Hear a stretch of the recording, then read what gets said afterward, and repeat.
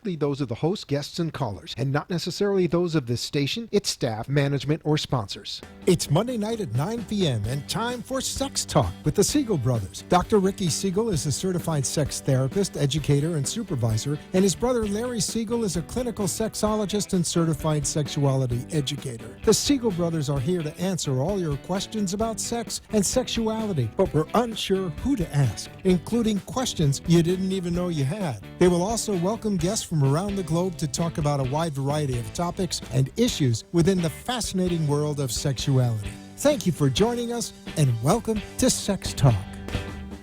Good evening. Welcome to Sex Talk with the Siegel brothers. My name is Dr. Richard Siegel. I'm a certified sex therapist. And I'm Larry Siegel, a clinical sexologist and certified sexuality educator.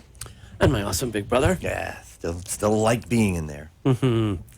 Good to be back with you, and thank you to those of us who've joined us this evening for Sex Talk. If you're on the radio in South Florida, we are on 95.3 FM and 1470 AM on WNN. And we're streaming live on Facebook. If you're watching us there, hello. Hey, glad you joined us. Thank you for joining us, and please hit that like and share button and help us spread the word, because not enough people talk about sex, except in crazy, insane ways, like they're running down the street with their hair on fire. So, well, you know, there's a lot of truth to that. It's just insane. Mm-hmm. Never changes. It always just seems to be like a lot of things these days in this country. Just when you think things couldn't get any crazier, we find a way to make them crazier. Well, you know, there's one thing to be crazy, but it's another thing to be crazy and totally reactive. It's just so sad that something so, asking our classes this for years. What can anybody think of that is more universal, that all of humankind shares in common?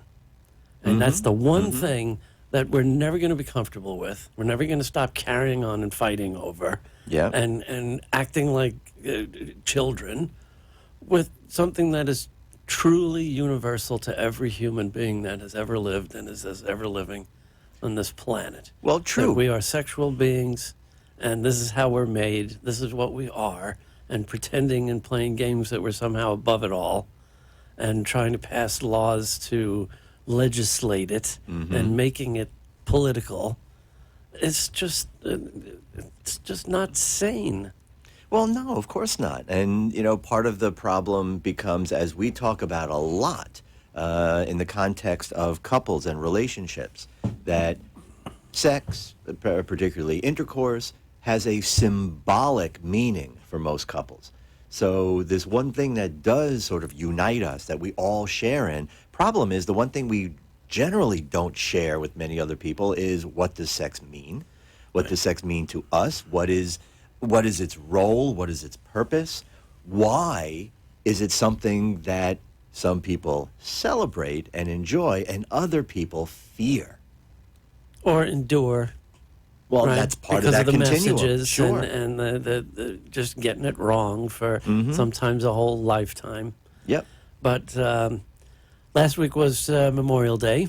Station was closed, so we had to run a rerun. But we're very excited about our guest this evening. We've been ranting and raving for a few weeks now, so we haven't had a guest in a while. And tonight's guest, who will hopefully be joining us in the next few minutes, is truly one of our, for both of us, a first mentor. Yes, absolutely. And inspirer. Absolutely. Very first mentor, and very much constant probably inspirer. safe to say every sexologist that's ever come out of South Florida has been, and many thousands nationwide, have been inspired by Dr. Marilyn Volker. Yes, She's absolutely. an institution in Miami, as she likes to say, and truly one of the pioneers in a field that, as we discuss often, is really not that old. You know, as our professional organizations, most, ASECT and STAR started probably about 50 years ago, or less. Yeah.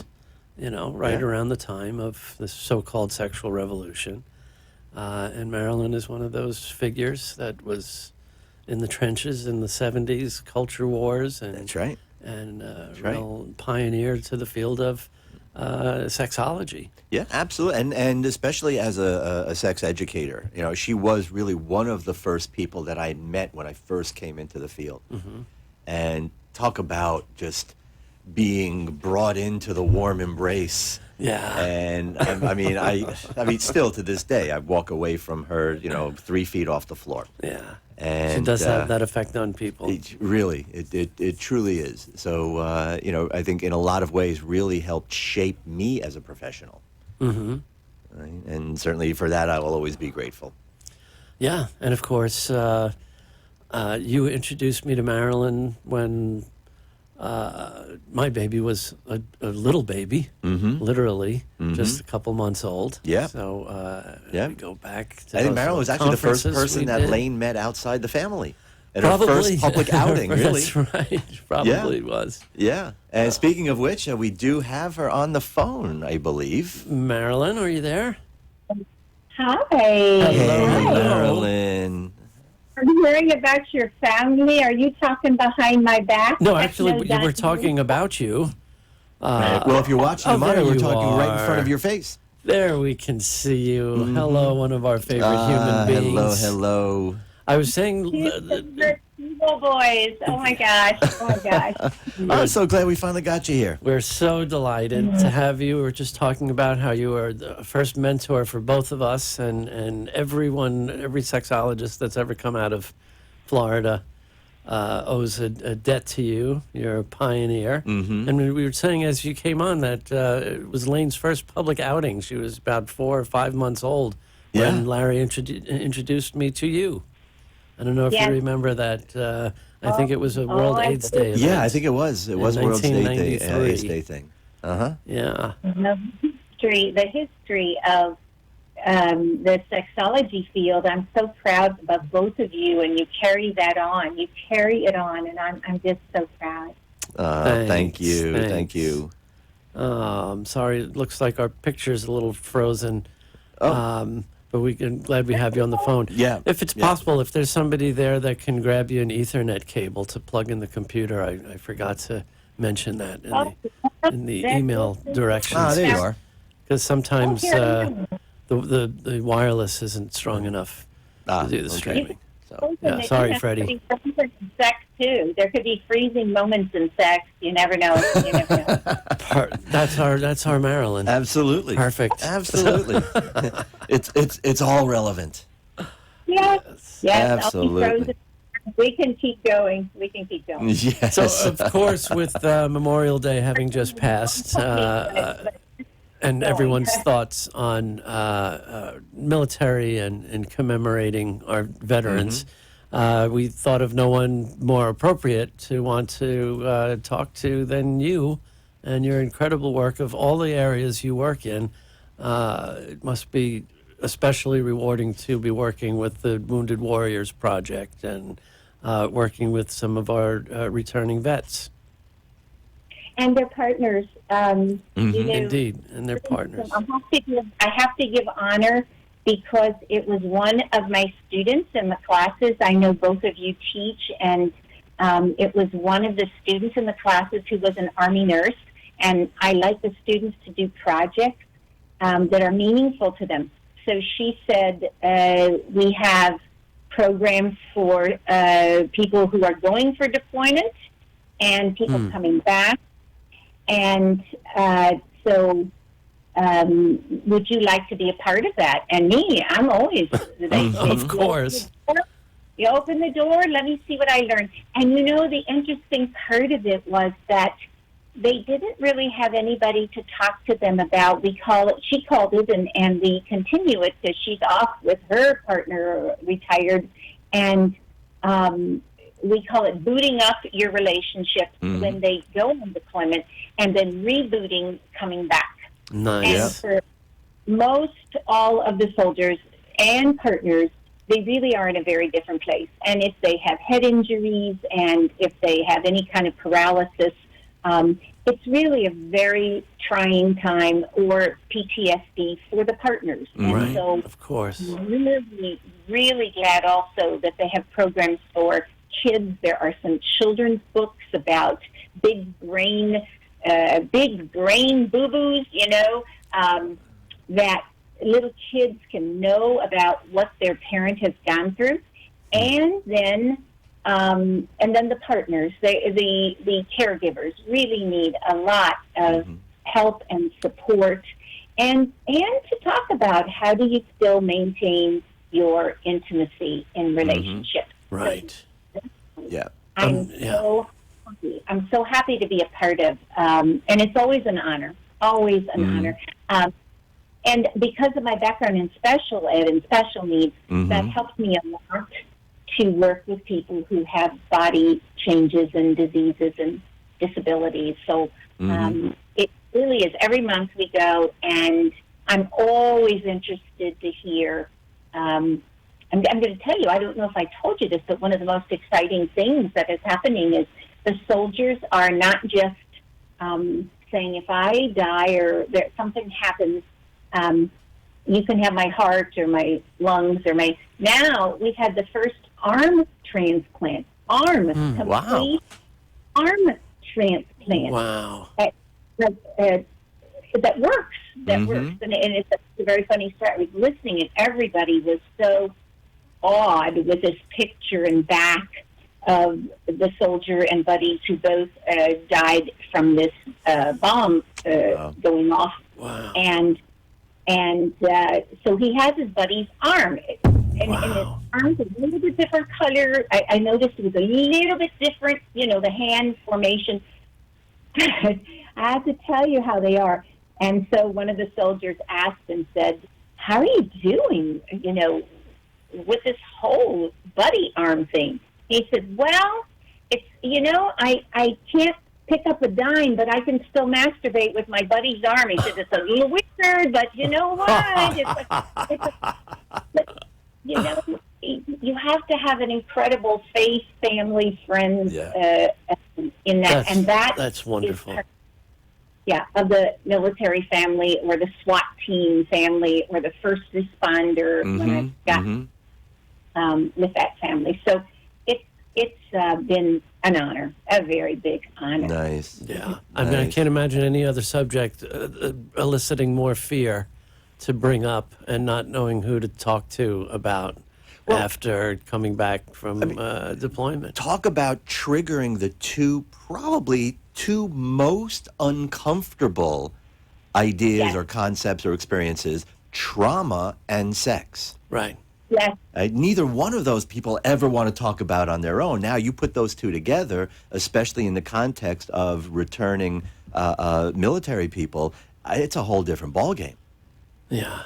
And I also have to give credit to some of the people like Mitch Tepper, who's interviewed soldiers, because when they hear the soldiers talking and their partners about what they do and what's plan B, and just really, where some of the soldiers have said, all right, so we don't have sex in a bed. I can have sex in my chair. Or, think about a wheelchair could be like a bed. And think about, you just have to do things in a different way. Right. So, and I'm grateful. I'm very, very grateful that a lot of our students are willing to work with the VA because they can't meet everybody's needs, and especially if they're not trained in this area like you are. So I'm very, very grateful about that.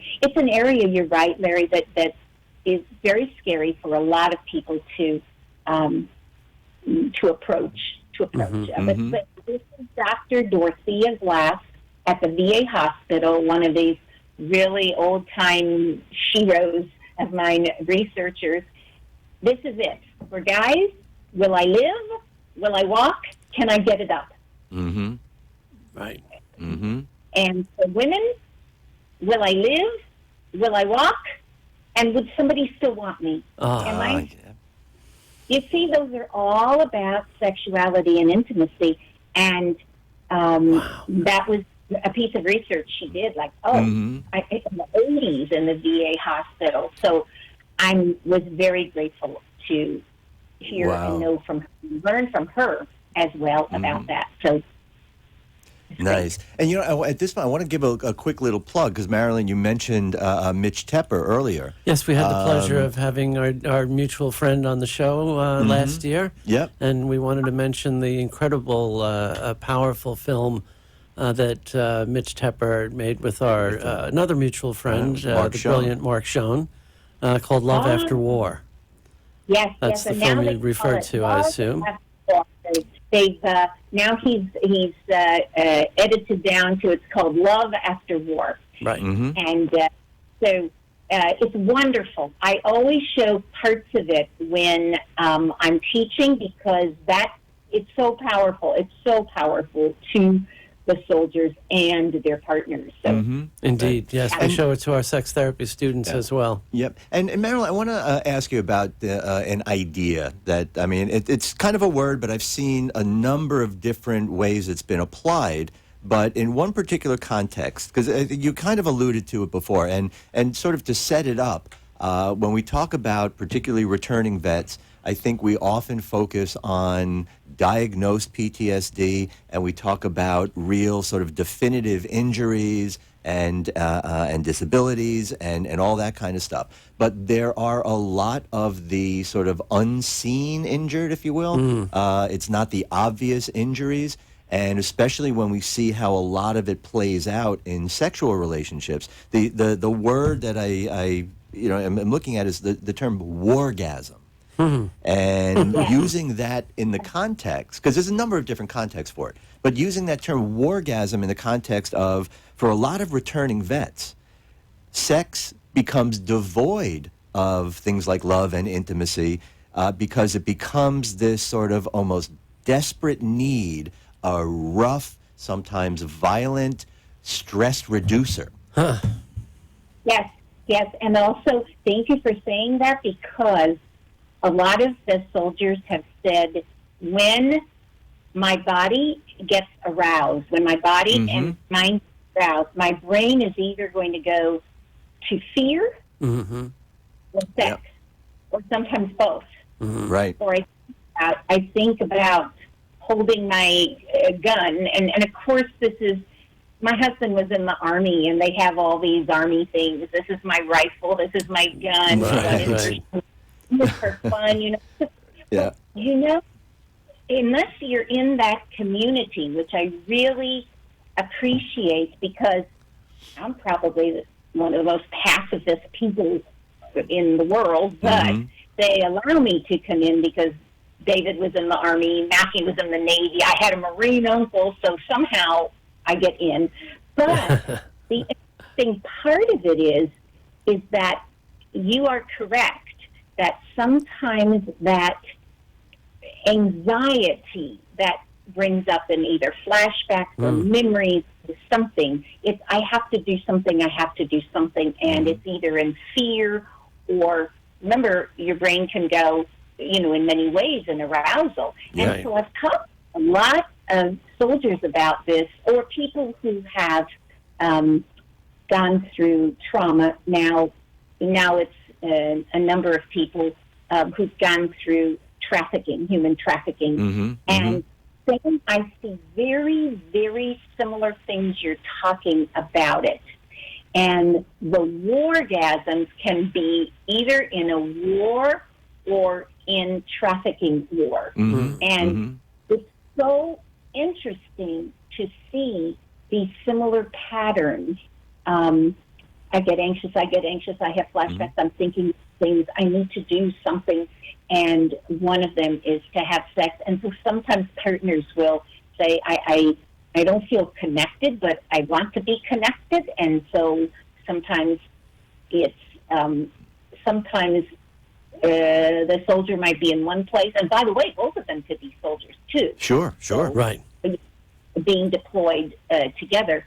So it's very, very interesting. When that happens, if they're both soldiers, they actually have a kind of a bonding where they get one another. Although it's not always on the same page in sex. But having the shared experience, I think that's what a lot of soldiers do miss when they come home. Yes. And so those, if there's a group, and I encourage people to really use those resources, because there are some wonderful resources now. And but that part of when I get anxious, Mm-hmm. and I do, and a lot of times there are sexual feelings with it. Yeah. And Yeah. sometimes it's even where partners have a really difficult time understanding. I don't want to be thought of like we're on a battlefield and you're in this fight, and it's really hard sometimes for partners. Mm-hmm. So we try hard to do eyes open. Yeah. Present. Look at the partner. Where are you? Your brain might be somewhere, and I'm there and I'm here. And that's Right. part of also what I've seen with survivors of trafficking. I'm there and I'm here. Right. Yeah. Well, I think any kind of, sort of extended exposure to that level of arousal, particularly when, and I think your point is pretty much the core of all of this. That Yeah. I mean, it's a conditioned response that Yeah. once arousal begins, it then gets sort of completely overtaken by adrenaline surge, testosterone surge. And Yeah. it's really that kind of conditioned arousal that gets triggered with any kind of arousal. And as well, Like with people that have experienced sexual PTSD trauma. is in the category of anxiety disorders, and a classic symptom of anxiety is hypervigilance. Right. Of course, people with PTSD That's right. are always, always on guard. And as we often talk about, good sex is really about being able to relax into arousal. So obviously, there's going to be an impediment. We talk often that in the English language, arousal usually has a kind of a positive, sexy spin to it, but in neurobiological language, arousal is arousal. Yes, Whether exactly. you're Doesn't matter what's into it triggering or it. terrified out of your mind, Right. it's central nervous system arousal, Right. and sometimes those conditioned responses.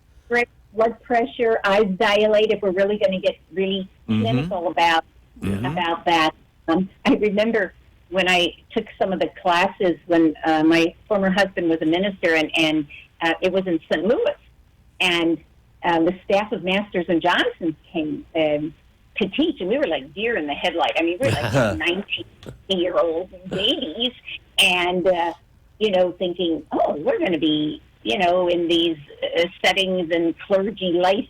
And they said, you better know about this. And when they presented, the staff at Masters and Johnson presented this very scientific, neurologic arousal system, it was so interesting to me because it was like a lot of, you're on let's say, you're on a ride, you're on a Ferris wheel, you're on a roller coaster, you're on a, heart rate, your eyes dilate, That's and right. the same thing happens. And then they presented, and you have this orgasm, and that's your autonomic nervous system, and it's like also responsible for burping or passing gas, and all of a sudden we're like, Yeah. so this isn't so different, your whole Right. neurologic, That's right. fabulous.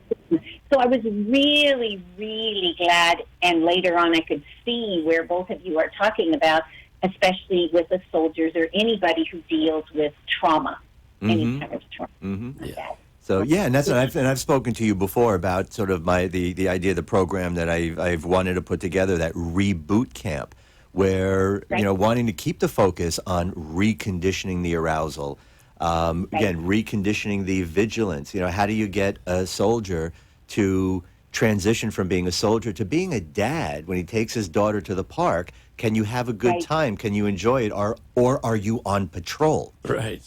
And that's something that's hard to break out of, and a lot of that all relates to arousal. Right.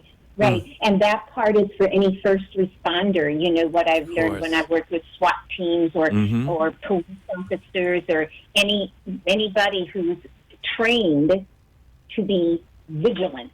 Always vigilant. Right. And to be able to relax and be in in the word I'm looking for is in connection with, not Right.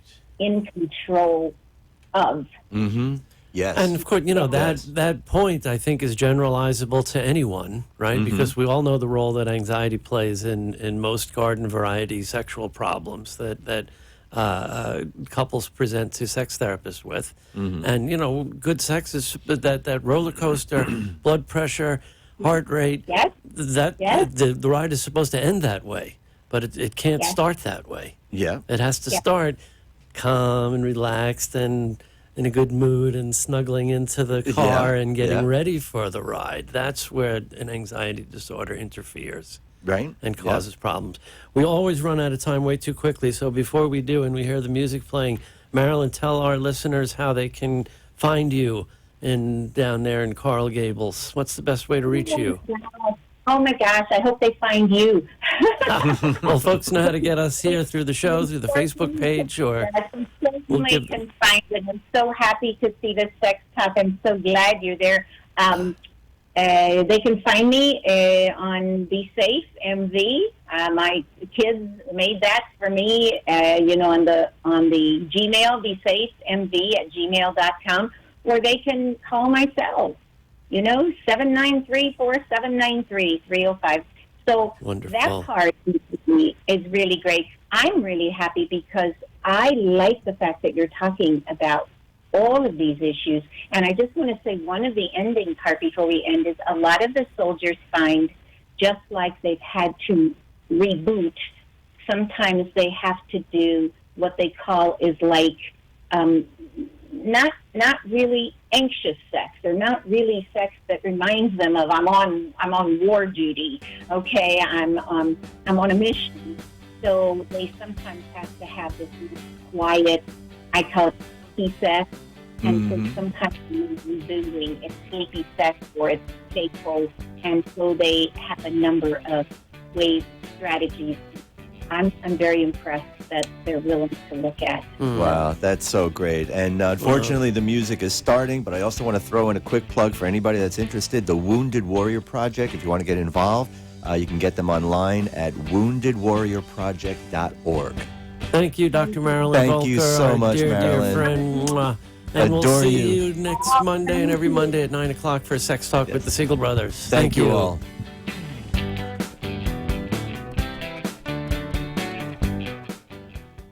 You've been listening to Sex Talk with the Siegel Brothers. Join us every Monday night at 9 p.m. on WNN, 1470 AM and 95.3 FM. Or watch live streaming video at AMP2 TV Productions on Facebook, or look for the shows on YouTube.